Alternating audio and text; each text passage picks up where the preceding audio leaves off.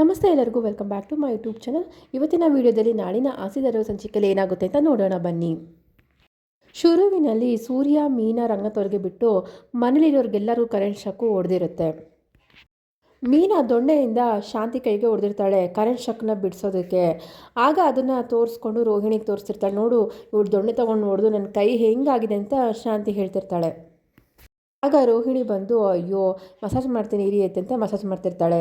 ಆಗ ಮನೋಜ್ ಬಂದು ಅಮ್ಮ ನಿನಗೆ ಯಾಕೆ ಗೊತ್ತಾ ಕರೆಂಟ್ ಹೊಡೆದಿದ್ದು ಅಂತ ಹೇಳ್ತಿರ್ತಾನೆ. ಶಾಂತಿ ಬೈತಾಳೆ, ನಿನ್ನಿಂದಾನೆ ಕಣೋ ಕರೆಂಟ್ ಶಾಕ್ ಹೊಡೆದಿದ್ದು, ಮೇನ್ ಸ್ವಿಚ್ನ ಯಾಕೋ ನೀನು ಆನ್ ಮಾಡಿದೆ ಅಂತ ಶಾಂತಿ ಬೈತಾಳೆ. ಮನೋಜ್ ಹೇಳ್ತಾನೆ, ಅದಲ್ಲಮ್ಮ ನಿನ್ಗೆ ಈ ಥರ ಎಲ್ಲ ಆಗ್ತಾ ಇರೋದು ಆ ಮಾಟ ಮಂತ್ರದಿಂದನೇ. ಅವಾಗ ನೋಡಿದ್ರೆ ಫ್ಯಾನ್ ದಬಾರ್ ಅಂತ ಬಂದುಬಿತ್ತು, ಇವತ್ತು ನೋಡಿದ್ರೆ ಕರೆಂಟ್ ಶಾಕ್ ಹೊಡೆದಿದೆ, ಇದೆಲ್ಲ ಅದರಿಂದನೇ ಆಗ್ತಾ ಇರೋದಂತ ಮನೋಜ ಹೇಳ್ತಾನೆ. ಇನ್ನು ಅದೃಷ್ಟದಿಂದ ದೇವ್ರ ದಯೆಯಿಂದ ಎಲ್ಲ ಸರಿ ಹೋಯಿತು ಅಂತ ಮನೋಜ ಹೇಳಿದಾಗ ಸೂರ್ಯ ಬಂದು ದೇವ್ರ ದಯೆಯಿಂದೆಲ್ಲ ಕೊಡೋ ಮೀನ ದಯೆಯಿಂದ ಎಲ್ಲ ಸರಿ ಹೋಗಿದ್ದು ಅಂತ ಸೂರ್ಯ ಹೇಳ್ತಾರೆ. ಮೀನಾ ಏನಾದರೂ ಕರೆಕ್ಟ್ ಟೈಮಿಗೆ ಬಂದು ಕರೆಂಟ್ ಶಾಕ್ ಹೊಡೆದಿರೋದನ್ನ ತಡಿಲಿಲ್ಲ ಅಂದಿದ್ರೆ ಇಷ್ಟೊತ್ತಿಗಾಗಲೇ ಹರೋ ಹರ ಅನ್ಬೇಕಾಯ್ತು, ಮೀನನೇ ನಿಮ್ಮನ್ನು ಕಾಪಾಡಿರೋದು ಅಂತ ಸೂರ್ಯ ಹೇಳ್ತಾನೆ. ಹಾಗೆ ಹೇಳ್ಬಿಟ್ಟು ಸೂರ್ಯ ಮೀನನ್ನು ಕರ್ಕೊಂಡು ಆಚೆಗೆ ಹೋಗ್ತಾನೆ. ಬಾಮ ಆಚೆ ಹೋಗೋಣ, ಒಂದು ರೌಂಡ್ ಹಾಕೊಂಬರೋಣ ಅಂತ ಆಚೆ ಹೋಗ್ತಾರೆ. ಈ ಕಡೆ ಮನೋಜ ನೋಡ್ದಮ್ಮ ಈ ಥರ ಎಲ್ಲ ಆಗ್ತಿರೋದು ಈ ಮಾಟ ಮಂತ್ರದಿಂದನೇ ಅಂತ ಹೇಳ್ತಿರ್ತಾನೆ. ಅಮ್ಮ ಮೊದಲು ಇದನ್ನು ಪರಿಹಾರ ಮಾಡ್ಕೊಳ್ಳೋಣಮ್ಮ, ಪ್ಲೀಸ್ ಬೇಡ ಅನ್ಬೇಡಮ್ಮ ಅಂತ ಮನೋಜ ಹೇಳ್ತಾನೆ. ಈ ಕಡೆ ಕಸ್ತೂರಿನೂ ಮಾಟ ಮಂತ್ರ ಅಂದರೆ ಪರಿಹಾರ ಮಾಡ್ಕೋಬೇಕು, ಸುಮ್ಮನೆ ಬಿಡಬೇಡ ಕಣೆ, ಏನಿದೆಯೋ ಅದನ್ನು ಪರಿಹಾರ ಮಾಡ್ಕೊಳ್ಳೆ ಅಂತ ಕಸ್ತೂರಿ ಅವರು ಹೇಳ್ತಾರೆ. ಶಾಂತಿ ಕಸ್ತೂರಿಗೆ ಹೇಳ್ತಾಳೆ, ಅಲ್ಲ ಕಡೆ ನನ್ನ ಮೇಲೆ ಏನಾದ್ರು ಕೋಪ ಇದ್ದರೆ ಅದನ್ನು ಹಾಗೆ ಹೇಳೆ, ಈ ಥರ ಎಲ್ಲ ಯಾಕೆ ಪರಿಹಾರ ಮಾಡು ಅಂತ ಹೇಳ್ತಿದ್ಯಾ, ನನ್ನ ಮೇಲೆ ಇನ್ನೂ ಕೋಪ ಹೋಗಿಲ್ವೇನೆ ನಿನಗೆ ಅಂತ ಶಾಂತಿ ಕೇಳ್ತಾಳೆ. ಕಸ್ತೂರಿ ನನಗಿದೆಲ್ಲ ಗೊತ್ತಿಲ್ಲದೇ ಆಗೋಯ್ತು ಕಣೆ, ಹೋಗಲಿ ಬಿಡೆ, ನೋಡು ನಿನಗೋಸ್ಕರ ಮಾತಾಡ್ಸೋಕ್ಕೆ ಬಂದು ಕರೆಂಟ್ ಶಾಕ್ ಕೂಡ ಹೊಡೆಸ್ಕೊಂಡಿದ್ದೀನಿ ನಾನು, ನೀವು ಮನೋಜ ಅದೇನೋ ಪರಿಹಾರ ಮಾಡಿಬಿಡಪ್ಪ ಅಂತ ಕಸ್ತೂರಿನೂ ಹೇಳ್ತಾಳೆ. ಆ ಥರ ಹೇಳಿಬಿಟ್ಟು ಕಸ್ತೂರಿಯವರು ಅಲ್ಲಿಂದ ಹೊರಡ್ತಾರೆ. ಆಗ ಮನೋಜ್ ಇದೆಲ್ಲ ಮಾಟ ಮಂತ್ರದೇನೆ ಆಗ್ತಾ ಇರೋದು ಅಂತ ಮತ್ತೆ ಹೇಳ್ತಾ ಇರಬೇಕಾದ್ರೆ, ಅಯ್ಯೋ ಸುಮ್ಮನೆ ಇರೋ, ಏನು ಮಾತಾಡಬೇಡ ನೀನು, ಏನೇನೋ ಹೇಳಿ ಭಯಪಡಿಸ್ತೀಯಲ್ಲೋ, ಇನ್ನೊಂದು ಸ್ವಲ್ಪ ಹೊತ್ತು ನಾನೇನೋ ಒಪ್ಕೊಂಡಿಲ್ಲ ಅಂದರೆ ಇನ್ನೂ ಏನೇನೋ ಹೇಳಿ ನಾನು ತಲೆ ತಿಂದ್ಬಿಡ್ತೀಯ ಕಣೋ, ಸರಿ ಆಯಿತು ಅದೇನೋ ಒಂದು ದಿವಸ ಉಪವಾಸ ಇದ್ಬಿಡ್ತೀನಿ ಬಿಡೋ ಅಂತ ಶಾಂತಿ ಒಪ್ಕೊತಾಳೆ. ಆಗ ಮನೋಜ ಅಮ್ಮ ತುಂಬ ಥ್ಯಾಂಕ್ಸ್ ಅಂತ ಹೇಳ್ಬಿಟ್ಟು ಅಲ್ಲಿಂದ ಹೊರಡ್ತಾನೆ. ಈ ಕಡೆ ಮೀನಾ ಅಡುಗೆ ಮನೇಲಿ ಅಡುಗೆ ಮಾಡ್ತಾ ಇರ್ತಾಳೆ. ಅಷ್ಟರಲ್ಲಿ ಮೀನಾಗೆ ಒಂದು ಫೋನ್ ಬರುತ್ತೆ. ಮ್ಯಾನೇಜರ್ ಫೋನ್ ಮಾಡಿಬಿಟ್ಟು, ನೀವು ಮೀನಾ ಅವರಲ್ವ, ನೀವು ಡೆಕೋರೇಷನ್ಗೆ ಒಂದು ಮಾಡೆಲ್ ಕೊಟ್ಟಿದ್ರಲ್ಲ ಅದು ಅಪ್ರೂವ್ ಆಗಿದೆ ಅಂತ ಹೇಳ್ತಾರೆ. ಡಿಸೈನ್ಸ್ ಎಲ್ಲ ಇಷ್ಟ ಆಗಿ ನಿಮಗೆ ಆರ್ಡ್ರ್ ಕೊಡಬೇಕು ಅಂತ ಅಂದ್ಕೊಂಡಿದ್ದೀವಿ, ನೀವು ಫ್ರೀ ಮಾಡ್ಕೊಂಡು ಬನ್ನಿ ಅಂತ ಮ್ಯಾನೇಜರ್ ಹೇಳ್ತಾರೆ. ಮೀನಾ ಸರಿ ಸರ್ ಆಯಿತು ಅಲ್ಲೇ ಇರ್ತೀನಿ ಅಂತ ಹೇಳಿಬಿಟ್ಟು ಮೀನಾ ಅಲ್ಲಿ ಕಲ್ಯಾಣ ಮಂಟಪಕ್ಕೆ ಬರ್ತಾಳೆ. ಮ್ಯಾನೇಜರ್ ಹೇಳ್ತಾರೆ, ನಿಮ್ಗೊಂದು ಸಣ್ಣ ಆರ್ಡ್ರ್ ಬಂದಿದೆ, ಸ್ಟೇಜ್ ಡೆಕೋರೇಷನ್ ಆಗಿರ್ಬೋದು, ಫ್ಲವರ್ ಡೆಕೋರೇಷನ್ ಎಲ್ಲ ನೀವು ಮಾಡಿಕೊಡ್ಬೇಕು ಅಂತ ಹೇಳ್ತಾರೆ, ಇದಕ್ಕೆಲ್ಲ ಬೇಗ ರೆಡಿ ಮಾಡ್ಕೊಳ್ಳಿ ಅಂತ ಹೇಳ್ತಾರೆ. ಆಗ ಮೀನಾ ತುಂಬ ಖುಷಿಯಿಂದ ಸರ್ ಇದು ನಾನು ಮೊದಲೇ ಆರ್ಡರ್, ನಾನು ತುಂಬ ಚೆನ್ನಾಗಿ ಮಾಡಿಕೊಡ್ತೀನಿ ಅಂತ ಮೀನಾ ಹೇಳ್ತಾಳೆ. ಅದಕ್ಕೆ ಮ್ಯಾನೇಜರು ಆಯ್ತಮ್ಮ ಹಾಗೆ ಮಾಡು ಅಂತ ಹೇಳಿ ನೀನು ತೊಗೊಂಬ ಅಡ್ವಾನ್ಸ್ ಕೊಟ್ಟಿದ್ದಾರೆ ಅಂತ ಒಂದು ಸ್ವಲ್ಪ ದುಡ್ಡನ್ನು ಅಡ್ವಾನ್ಸ್ ಆಗಿ ಕೊಡ್ತಾರೆ. ಆಗ ಮೀನಾಗಿ ದುಡ್ಡು ನೋಡಿ ತುಂಬ ಖುಷಿಯಾಗುತ್ತೆ. ಸರ್ ಇದೇ ನನ್ನ ಮೊದಲು ಆರ್ಡರು, ಮೊದಲೇ ಅಡ್ವಾನ್ಸು, ಇದನ್ನೇನಾದ್ರು ನಮ್ಮ ಮನೆಯವ್ರಿಗೆ ಹೇಳಿದರೆ ಅವರು ಕೂಡ ತುಂಬ ಖುಷಿ ಪಡ್ತಾರೆ ಸರ್ ಅಂತ ಮೀನಾ ಹೇಳ್ತಾಳೆ. ಆಗ ಮ್ಯಾನೇಜರ್ ಹೇಳ್ತಾರೆ, ತುಂಬ ಒಳ್ಳೇದಮ್ಮ, ಕೆಲಸನೂ ಹಾಗೆ ತುಂಬ ಚೆನ್ನಾಗಿ ಮಾಡಿಕೊಡ್ಬೇಕು ಅಂತ ಹೇಳ್ತಾರೆ. ಆಯಿತು ಸರ್ ಆ ಥರ ಏನಿಲ್ಲ, ನಾವು ತುಂಬ ಚೆನ್ನಾಗೇ ಮಾಡಿಕೊಡ್ತೀನಿ ಅಂತ ಮೀನಾನು ಹೇಳ್ತಾಳೆ. ಆಗ ಮ್ಯಾನೇಜರ್ ಅಡ್ವಾನ್ಸ್ ತೊಗೊಂಡಿರೋದಕ್ಕೆ ಒಂದು ಸೈನ್ ಮಾಡಿಬಿಡಮ್ಮ ಅಂತ ಹೇಳಿಬಿಟ್ಟು ಒಂದು ಸೈನ್ ಮಾಡಿಸ್ಕೊಂಡು ಮೀನನ್ನು ಕಳಿಸ್ತಾರೆ. ಮೀನಾ ಖುಷಿಯಿಂದ ಮನೆಗೆ ಸ್ವೀಟ್ಸ್ ತೊಗೊಂಬರ್ತಾಳೆ. ಆಗ ರಂಗತವ್ರು ನೋಡ್ಬಿಟ್ಟು ಏನಮ್ಮ ಸ್ವೀಟ್ಸ್ ಎಲ್ಲ ತೊಗೊಂಬಂದಿದ್ಯಾ ಅಂತ ಕೇಳ್ತಾರೆ. ಆಗ ಮೀನಾ ಹೇಳ್ತಾಳೆ, ಮಾವ ಕಲ್ಯಾಣ ಮಂಟಪದಲ್ಲಿ ನಾವು ಆರ್ಡರ್ಸ್ ತೊಗೋಬೇಕು ಅಂತ ಅಂದ್ಕೊಂಡಿದ್ವಲ್ಲ ಡೆಕೋರೇಷನ್ ಎಲ್ಲ ಮಾಡೋದಕ್ಕೆ, ಅದು ನನಗೆ ಆರ್ಡರ್ ಸಿಕ್ಕಿದೆ, ಅವ್ರು ಅಡ್ವಾನ್ಸ್ ಕೊಟ್ಟಿದ್ದಾರೆ, ಅದಕ್ಕೆ ಸ್ವೀಟ್ ತೊಗೊಂಬಂದಿದ್ದೀನಿ ಅಂತ ಮೀನಾ ಎಲ್ಲನೂ ಹೇಳ್ತಾಳೆ. ರಂಗತವರು ತುಂಬ ಸಂತೋಷ ಆಯ್ತಮ್ಮ, ಹೀಗೆ ಒಂದೊಂದೇ ಮೆಟ್ಲು ಹತ್ಕೊಂಡು ತುಂಬ ಚೆನ್ನಾಗಿ ಬೆಳಿಬೇಕು ನೀವು ಅಂತ ರಂಗತವರು ಹೇಳ್ತಾರೆ. ಆಗ ರಂಗತವರು ಸ್ವೀಟನ್ನು ತೊಗೋಬೇಕಾದ್ರೆ ಶಾಂತಿ ಬಂದ್ಬಿಟ್ಟು ಯಾಕೆ ಅವ್ರಿಗೆ ಸ್ವೀಟ್ ಕೊಡ್ತಿದ್ಯಾ ಅಂತ ಕೇಳ್ತಾಳೆ. ರಂಗತವ್ರು ಹೇಳ್ತಾರೆ, ಏನೋ ಒಳ್ಳೆ ವಿಷಯ ಆಯಿತು ಅದಕ್ಕೆ ಅವಳು ಸ್ವೀಟ್ ಕೊಟ್ಟು ಹೇಳ್ತಿದ್ದಾಳೆ ಅಂತ ಹೇಳಿದಾಗ, ಅಲ್ಲ ಅವಳೇನೋ ಒಳ್ಳೇದಾಯಿತು ಸರಿ, ನಿಮಗೆ ಶುಗರ್ ಇದೆಯಲ್ಲ, ನಿಮಗೆ ಸ್ವೀಟ್ ತಿಂದರೆ ತೊಂದರೆ ಆಗೋದಿಲ್ವ ಅಂತ ಶಾಂತಿ ಹೇಳ್ತಾಳೆ. ಆ ಕಡೆ ಅವ್ರಿಗೆ ಶುಗರ್ ಇರೋದು ನಿಂಗೆ ಗೊತ್ತಿಲ್ವೇ, ಆದರೂ ಸ್ವೀಟ್ ಕೊಡ್ತಿದ್ಯಲ್ಲ, ಬುದ್ಧಿ ಇಲ್ವ ನಿನಗೆ ಅಂತ ಶಾಂತಿ ಮೀನಾಗೆ ಬೈತಾಳೆ. ರಂಗನಾಥವರು ಒಳ್ಳೆ ಮನಸ್ಸಿಂದ ಕೊಟ್ಟರೆ ಏನೂ ಆಗಲ್ಲಮ್ಮ, ಕೊಡಮ್ಮ ಸ್ವೀಟು ಅಂತ ಹೇಳಿ ಸ್ವೀಟನ್ನ ಇಸ್ಕೊತಾರೆ. ಆಗ ಮೀನಾ ತೊಗೊಳ್ಳಿ ಅತ್ತೆ ನೀವು ಸ್ವೀಟು ಅಂದಾಗ ಶಾಂತಿ ಏನಕ್ಕೆ ಸ್ವೀಟ್ ಕೊಡ್ತಿದ್ಯಾ ಅಂತ ಕೇಳ್ತಾಳೆ. ಆಗ ಅತ್ತೆ ಡೆಕೋರೇಷನ್ಗೆ ನಮಗೆ ಕಲ್ಯಾಣ ಮಂಟಪದಿಂದ ಆರ್ಡರ್ ಬಂದಿದೆ, ಒಂದಷ್ಟು ಅಡ್ವಾನ್ಸ್ ಕೊಟ್ಟಿದ್ದಾರೆ, ಅದಕ್ಕೆ ನಾನು ಸ್ವೀಟ್ ತೊಗೊಂಬಂದಿದ್ದೀನಿ ಅಂತ ಮೀನಾ ಹೇಳ್ತಾಳೆ. ಶಾಂತಿ ಏನು ಡೆಕೋರೇಷನ್ಗೆ, ಅದಕ್ಕೆಲ್ಲ ಯಾಕೆ ಸ್ವೀಟ್ ಕೊಡ್ತಿದ್ಯಾ ಅಂತ ಕೇಳ್ತಾಳೆ. ರಂಗನಾಥವರು ಬೈತಾರೆ, ಏನೋ ಆ ಮಗುಗೆ ಒಳ್ಳೇದಾಗ್ತಾಯಿದೆ, ಒಂದು ಆರ್ಡರ್ ಸಿಕ್ಕಿದೆ, ಸ್ವೀಟ್ ತೊಗೊಂಡು ಇಷ್ಟೆಲ್ಲ ಮಾತಾಡ್ತೆ, ತೊಗೊಳ್ಳೆ ಬಾಯಿ ಮುಚ್ಕೊಂಡು ಅಂತ ರಂಗನಾಥವರು ಬೈತಾರೆ. ಆಗ ಶಾಂತಿ ಹೇಳ್ತಾಳೆ, ನಾನೇನು ಒಳ್ಳೇದಾಗಿಲ್ಲ ಅಂದರೆ ನಮ್ಮ ರೋಹಿಣಿ ಒಂದು ಸ್ವಂತ ಪಾರ್ಲರ್ ಇಟ್ಕೊಂಡಿದ್ದಾಳೆ, ನಮ್ಮ ಮನೋಜ ಒಂದು ದೊಡ್ಡ ಬಿಸ್ನೆಸ್ನ ಶಾಪ್ ಇಟ್ಕೊಂಡಿದ್ದಾನೆ, ಆ ಥರ ಏನೋ ದೊಡ್ಡದಾಗಿ ಒಳ್ಳೇದಾಗಿಲ್ವಲ್ಲ ಇವಳಿಗೆ ಅಂತ ಶಾಂತಿ ಹೇಳ್ತಾಳೆ. ಇವಳು ಇಷ್ಟು ದಿವಸ ಬೀದಿ ಹೂವು ಮಾರ್ತಾಯಿದ್ಲು, ಇವಾಗ ಮಂಟಪಕ್ಕೆ ಹೋಗಿ ಹೂವನ್ನ ಕೊಡ್ತಾಳೆ, ಅಷ್ಟೇ ವ್ಯತ್ಯಾಸ, ಅದರಲ್ಲಿ ಏನಿದೆ ಅಂತ ಶಾಂತಿ ಹೇಳ್ತಾಳೆ. ರಂಗನಾಥ್ ಅವರು ಹೇಳ್ತಾರೆ, ಅಲ್ಲ ಕಣೆ, ಫಂಕ್ಷನ್ಗೆ ಈ ಥರ ಒಳ್ಳೆ ಒಂದು ಟ್ಯಾಲೆಂಟ್ ಇರಬೇಕು ಡೆಕೋರೇಷನ್ ಎಲ್ಲ ಮಾಡೋಕ್ಕೆ, ಅದು ನಮ್ಮ ಮೀನಾಗಿದೆ, ಅದು ಒಳ್ಳೆ ಕೆಲಸನೇ ಕಣೆ, ಅದೆಲ್ಲ ನಿನಗೆ ಏನೇ ಅರ್ಥ ಆಗುತ್ತೆ ಅಂತ ರಂಗನಾಥ್ ಅವರು ಬೈತಾರೆ. ಆಗ ಶಾಂತಿ, ಅಲ್ಲ ನೀವು ಇವಳ ತಲೆ ಮೇಲೆ ಕೂರಿಸ್ಕೊಂಡಿರೋಕ್ಕೆ ಈ ಥರ ಆಗ್ತಾಯಿರೋದು, ಇಷ್ಟು ದಿವಸ ಹೂವು ಮಾರ್ಕೊಂಡು ಹೂವು ಬೀದಿ ಸುತ್ತಾ ಇದ್ಲು, ಇನ್ನು ಡೆಕೋರೇಷನ್ ಅಂತ ಊರು ಸುತ್ತಕೊಂಡು ಮನೇಲಿ ಏನೂ ಕೆಲಸನೇ ಮಾಡೋದಿಲ್ಲ ಇವಳು ಅಂತ ಶಾಂತಿ ಬೈತಾಳೆ. ರಂಗನಾಥ್ ಅವರು ಹೇಳ್ತಾರೆ ಮೀನಾಗೆ, ಅಲ್ಲಮ್ಮ ಅವಳು ಏನೇನೋ ಮಾತಾಡ್ತಾಳೆ ಅಂತ ನೀನು ಬೇಜಾರಾಗಬೇಡಮ್ಮ, ನಿನ್ನ ಕೆಲಸ ನೀನು ಪಾಡಿಗೆ ಮಾಡಮ್ಮ ಅಂತ ರಂಗನಾಥ್ ಅವರು ಮೀನಾಗೆ ಹೇಳ್ತಾರೆ. ಮನೋಜ ಬಂದು, ಏನಮ್ಮ ಡೆಕೋರೇಷನ್ ಅಂತೆಲ್ಲ ಮಾತಾಡ್ತಿದ್ದೀರಾ, ಮನೇಲಿ ಏನಾದರೂ ಫಂಕ್ಷನ್ ಇಟ್ಕೊಂಡಿದ್ದೀರಾ ಅಂತ ಕೇಳ್ತಾನೆ. ಶಾಂತಿ, ಈ ಮನೇಲಿ ಅದು ಬೇರೆ ಕೇಳು ಅಂತ ಬೈಕೊಂಡು ಸೋಫಾ ಮೇಲೆ ಕೂತ್ಕೊತಾಳೆ. ಆಗ ರಂಗನಾಥ್ ಅವರು, ಮೀನಾ ಅವಳು ಏನಾದರೂ ಮಾತಾಡ್ಕೊಂಡು ನೀನು ಎಲ್ಲರಿಗೂ ಸ್ವೀಟ್ ಕೊಡಮ್ಮ ಅಂತ ರಂಗನಾಥ್ ಅವರು ಮೀನಾಗೆ ಹೇಳ್ತಾರೆ. ಮೀನಾ ರೋಹಿಣಿಗೆ ಬಂದು ಸ್ವೀಟ್ ಕೊಟ್ಟಾಗ ರೋಹಿಣಿ ಕೇಳ್ತಾಳೆ, ಏನೇ ಕೊಡ್ತಿದ್ದೀರಾ ಸ್ವೀಟು ಅಂತ ಕೇಳಿದಾಗ, ನನಗೆ ಸ್ಟೇಜ್ ಡೆಕೋರೇಷನ್ ಮಾಡೋಕ್ಕೆ ಆರ್ಡರ್ ಸಿಕ್ಕಿದೆ, ಅದಕ್ಕೆ ಸ್ವೀಟ್ ತಂದಿದ್ದೀನಿ ಅಂತ ಮೀನಾ ಹೇಳ್ತಾಳೆ.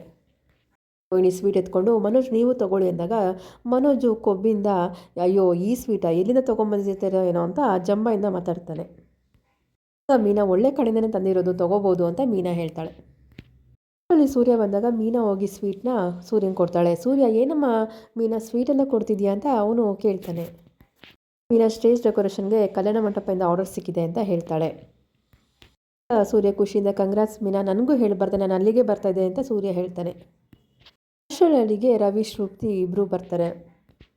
ರವಿ ಕೇಳ್ತಾನೆ, ಏನಕ್ಕೆ ಸ್ವೀಟ್ ಕೊಡ್ತಿದ್ದೀರಾ ಅಂತ ಕೇಳಿದಾಗ, ಈ ಥರ ನನಗೆ ಆರ್ಡರ್ ಸಿಕ್ಕಿದೆ, ಫಸ್ಟ್ ಆರ್ಡರು ಅಡ್ವಾನ್ಸ್ ಎಲ್ಲ ಕೊಟ್ಟಿದ್ದಾರೆ ಅಂತ, ಅದಕ್ಕೆ ಸ್ವೀಟ್ ತಂದಿದ್ದೀನಿ ಅಂತ ಮೀನಾ ಹೇಳಿಬಿಟ್ಟು ಸ್ವೀಟ್ನ ಕೊಡ್ತಾಳೆ.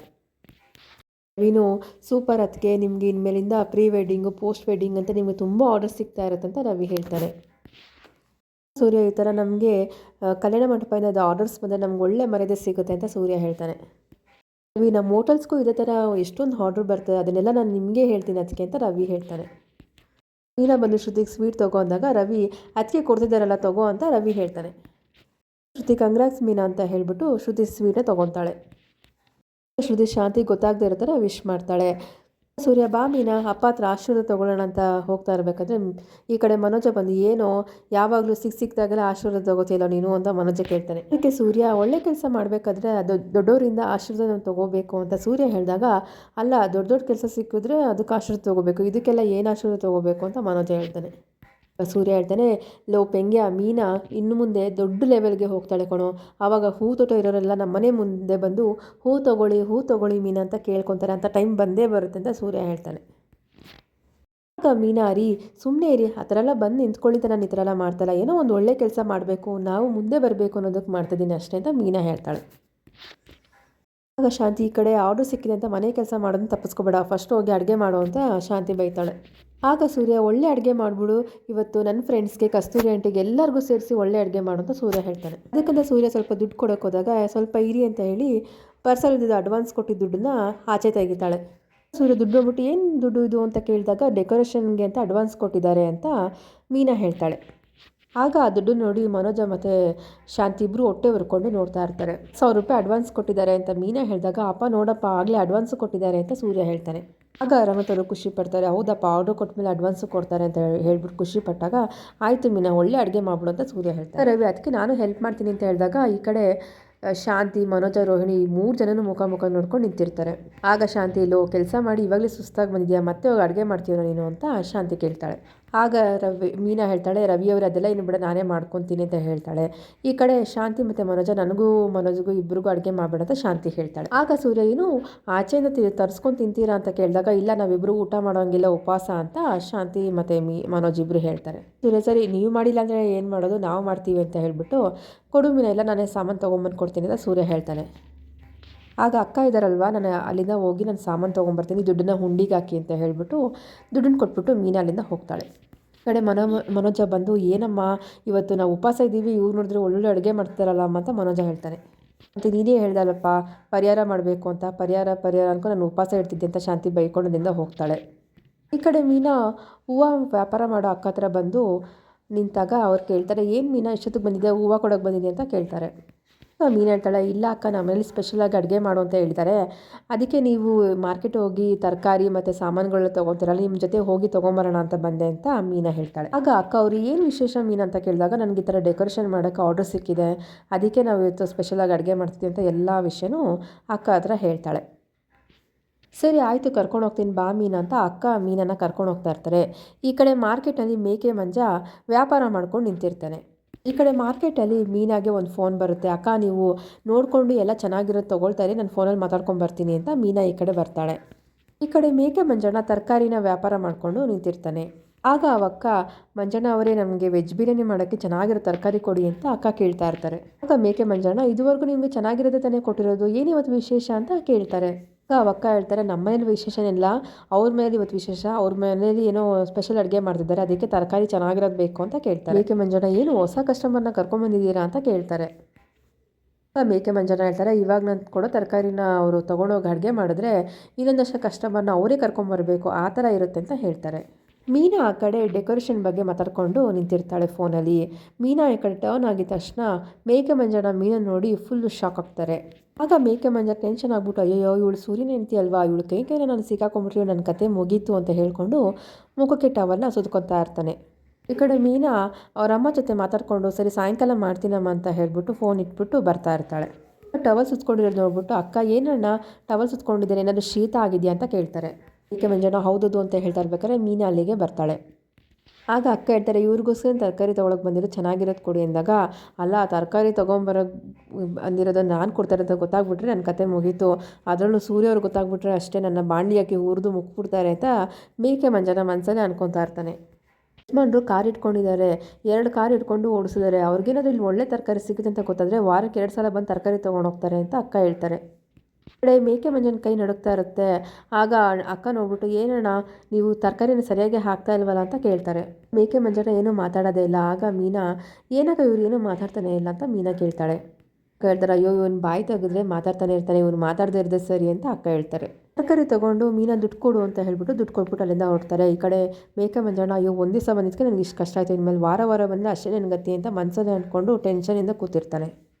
ರೋಹಿಣಿ ಅವ್ರಿಗೆ ಏನಾದ್ರು ಗೊತ್ತಾಯಿತು ಅಂದರೆ ಕತೆ ಮುಗೀತು, ಇನ್ಮೇಲೆ ನಾನು ಇಲ್ಲಿ ತರಕಾರಿನೇ ಮಾರಬಾರ್ದು, ಏನಾದರೂ ಬೇರೆ ವ್ಯವಸ್ಥೆ ಮಾಡ್ಕೋಬೇಕಪ್ಪ ಅಂತ ಮೇಕೆ ಮಂಜಣ್ಣ ಮನಸ್ಸಲ್ಲೇ ಅನ್ಕೋತಿರ್ತಾನೆ. ಈ ಕಡೆ ಶಾಂತಿ ಮನೋಜ ಇಬ್ಬರು ಉಪವಾಸದಿಂದ ಮಾಡಿಕೊಂಡು ಕೂತಿರ್ತಾರೆ. ರೋಹಿಣಿ ಕಾಫಿ ಕುಡಿತಾ ಕೂತಿರ್ತಾಳೆ. ಶಾಂತಿ, ಏನಮ್ಮ ಅದು ಅಂತ ಕೇಳಿದಾಗ ರೋಹಿಣಿ ಕಾಫಿ ಐತೆ ಅಂತ ಹೇಳ್ತಾಳೆ. ಈ ಕಡೆ ಮನೋಜ, ಅಮ್ಮ ನನಗೂ ಕುಡಿಬೇಕು ಅನ್ನಿಸಿದೆ ಅಂತ ಮನೋಜ ಹೇಳ್ತಾನೆ. ಈ ಕಡೆ ಸೂರ್ಯ ಅಡುಗೆ ಮಾಡೋದಕ್ಕೆ ದೊಡ್ಡ ದೊಡ್ಡ ಪಾತ್ರೆಗಳನ್ನ ತರ್ತಾನೆ. ರವಿ ನೋಡ್ಬಿಟ್ಟು, ಏನೋ ಇಷ್ಟು ದೊಡ್ಡ ಪಾತ್ರೆ ತಂದಿದ್ಯಾ ಅಂತ ರವಿ ಕೇಳ್ತಾನೆ. ಸೂರ್ಯ, ಎಲ್ರಿಗೂ ಅಡುಗೆ ಮಾಡಬೇಕಲ್ವೇನೋ, ವೆಜ್ ಬಿರಿಯಾನಿ ಮಾಡಲಿ ಅಂತ ಇಷ್ಟು ದೊಡ್ಡ ಪಾತ್ರೆ ತಂದಿದ್ದೀನಿ ಅಂತ ಸೂರ್ಯ ಹೇಳ್ತಾನೆ. ಆಗ ರವಿ, ಈ ಪಾತ್ರೆ ಕರೆಕ್ಟಾಗಿದೆ ಅಂತ ಹೇಳಿದಾಗ ಶ್ರುತಿ ಬಂದು, ಏನೋ ರವಿ ದೊಡ್ಡದಾಗಿ ಅಡುಗೆ ಮಾಡೋ ಥರ ಹೇಳ್ತಿದ್ಯಾ ಅಂತ ಶ್ರುತಿ ಹೇಳ್ತಾಳೆ.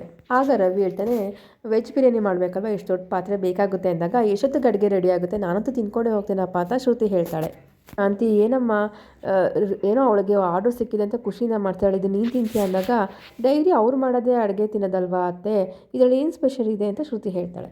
ಅಂತ ಹೇಳ್ತಾಳೆ. ನಿನ್ಗೆ ಅವಳು ಕಂಡ್ರೆ ಆಗಲ್ವಲ್ಲಮ್ಮ, ಅವಳು ಮಾಡಿರೋದು ಯಾಕಮ್ಮ ತಿಂತೀಯ ಅಂದಾಗ, ಅಲ್ಲ ಅತ್ತೆ ಅವ್ರು ಕಂಡ್ರೆ ನನಗೆ ಆಗಲ್ಲ ಸರಿ, ಹಾಗಂತ ಊಟದ ಮೇಲೆ ನಾನೇ ಕೋಪ ತೋರಿಸ್ಬೇಕು ಅತ್ತೆ, ಊಟ ಯಾರು ಮಾಡಿದ್ರೇನು, ನಾನು ಊಟ ಮಾಡಲೇಬೇಕಲ್ವ, ಮಾಡ್ತೀನಿ ಅಂತ ಶ್ರುತಿ ಹೇಳ್ತಾಳೆ. ಸೂರ್ಯ, ಕರೆಕ್ಟಾಗಿ ಹೇಳಿದೆ ಸೋಂಪ ಬಿಡಿ, ಹೊಟ್ಟೆ ಹಸಿದ ಮೇಲೆ ಊಟ ಅಡುಗೆನ ಯಾರು ಮಾಡಿದ್ದಾರೆ ಅಂತ ನೋಡಬಾರ್ದು, ಹೊಟ್ಟೆ ಹಸಿದ ಊಟ ಮಾಡಿಬಿಡ್ಬೇಕು ಅಂತ ಸೂರ್ಯ ಹೇಳ್ತಾನೆ. ಈ ಕಡೆ ಮನೋಜ್ ಅದನ್ನೆಲ್ಲ ನೋಡಿ ಹೊಟ್ಟೆ ಹೊರ್ಕೊಂಡು, ಅಯ್ಯೋ ಅಮ್ಮ ಅಂತ ಹೇಳ್ತಿರ್ತಾನೆ. ಹೋಗೋ, ನಿನ್ನಿಂದ ನನಗೆ ಊಟ ಮಾಡ್ದಿರೋಂಗೆ ಮಾಡಿದೆ ಅಂತ ಬೈಕೊಂಡು ಶಾಂತಿ ಮನೋಜಂಗೆ ಬೈತಿರ್ತಾಳೆ. ಅಂದರೆ ಇಷ್ಟು ದೊಡ್ಡ ಪಾತ್ರೆನ ಅಡುಗೆ ಮೇಲೆ ಮಾಡೋಕ್ಕಾಗುತ್ತಾ, ನೀವು ಹೋಗಿ ಆಚೆ ಮಾಡ್ಕೊಳ್ಳಿ ಅಂತ ಅಂದಾಗ, ರವಿ, ಶ್ರುತಿ ಮತ್ತು ಮೀನಾ, ಸೂರ್ಯ ಎಲ್ಲರೂ ಸೇರಿಕೊಂಡು ಆಚೆ ಕಡೆ ಅಡುಗೆನ ಘಮ ಘಮ ಅಂತ ಮಾಡ್ತಾ ಇರ್ತಾರೆ. ಘಮ ಸ್ಮೆಲ್ಲು ಮನೆ ಒಳಗಡೆ ಬರ್ತಾ ಇರೋದು ನೋಡಿ, ಅದನ್ನು ನೋಡಿ ಹೊಟ್ಟೆ ಹೊರ್ಕೊಂಡು ಸಾಯ್ತಾ ಇರ್ತಾರೆ ಮನೋಜ ಮತ್ತು ಶಾಂತಿ ಇಬ್ಬರು. ತಿನ್ನೋಕ್ಕೆ ಆಗೋದಿಲ್ವಲ್ಲಪ್ಪ ನಮ್ಮ ಕೈಯಲ್ಲಿ ಅಂತ ಹೊಟ್ಟೆ ಹೊರ್ಕೊಂಡು ಕೂತ್ಕೊಂಡಿರ್ತಾರೆ. ಈ ಕಡೆ ಮನೋಜ, ಅಯ್ಯೋ ಘಮ ಘಮ ಅಂತ ಸ್ಮೆಲ್ ಬರ್ತಿದೆ ಅಂದಾಗ, ಅಯ್ಯೋ ಪಾಪಿ, ಪರಿಹಾರ ಅನ್ಕೊಂಡು ನನಗೆ ಊಟ ಮಾಡ್ದಿರೋಂಗೆ ಮಾಡಿದೆ, ಇವಾಗ ನೋಡು ಹೊರಗಡೆಯಿಂದ ಎಷ್ಟು ಚೆನ್ನಾಗಿ ಘಮ ಘಮ ಸ್ಮೆಲ್ ಬರ್ತೈತೆ, ಹೊಟ್ಟೆಲ್ಲ ಉರಿದೋಗ್ತದೆ ಅಂತ ಶಾಂತಿ ಮನೋಜಂಗೆ ಬೈದು ಹೊಡಿತಿರ್ತಾಳೆ. ರೋಹಿಣಿ ಮನೋಜ್ಗೆ ತುಂಬ ಥ್ಯಾಂಕ್ಸ್ ಅಂತ ಹೇಳ್ತಾಳೆ. ಯಾಕೆ ರೋಹಿಣಿ ಥ್ಯಾಂಕ್ಸ್ ಹೇಳ್ತಿದೆ ಅಂದಾಗ, ಜ್ಯೋತಿಷಿಗಳು ನಿಮ್ಗೆ ಯಾರು ಇಷ್ಟ ಅಂದಾಗ ನನ್ನ ಹೆಸ್ರು ಹೇಳ್ದಿರೋ ಅತ್ತೆ ಹೆಸ್ರು ಹೇಳ್ದಿರಲ್ಲ, ಅದಕ್ಕೆ, ಇಲ್ಲಾಂದರೆ ನಾನು ಉಪವಾಸ ಮಾಡ್ಕೊಂಡು ಕೂತಿರ್ಬೇಕಾಗಿತ್ತು, ನೋಡಿ ಇವಾಗ ಎಷ್ಟು ಒಳ್ಳೆ ಊಟ ಮಾಡ್ತಿದ್ದಾರೆ, ನಾನು ತಿನ್ಬೋದಪ್ಪ ಅಂತ ರೋಹಿಣಿ ಹೇಳ್ತಾಳೆ. ಅದನ್ನು ಕೇಳಿಸ್ಕೊಂಡು ಶಾಂತಿ ಮತ್ತು ಮನೋಜ ಇಬ್ಬರು ಮುಖ ನೋಡ್ಕೊತಿರ್ತಾರೆ. ಇಲ್ಲಿಗೆ ಸಂಚಿಕೆ ಮುಗಿಯುತ್ತೆ. ಮುಂದಿನ ಸಂಚಿಕೆಯಲ್ಲಿ ಏನಾಗುತ್ತೆ ಅಂತ ಮುಂದಿನ ವಿಡಿಯೋದಲ್ಲಿ ತಿಳಿಸ್ಕೊಡ್ತೀನಿ. ಈ ವಿಡಿಯೋ ಇಷ್ಟ ಆಗಿದೆ ಲೈಕ್ ಮಾಡಿ, ನಮ್ಮ ಚಾನಲ್ನ ಸಬ್ಸ್ಕ್ರೈಬ್ ಮಾಡ್ಕೊಳ್ಳಿ. ಮತ್ತು ಸಿಗೋಣ ಮುಂದಿನ ವಿಡಿಯೋದಲ್ಲಿ. ವಿಡಿಯೋ ನೋಡಿದ್ದಕ್ಕಾಗಿ ಧನ್ಯವಾದಗಳು.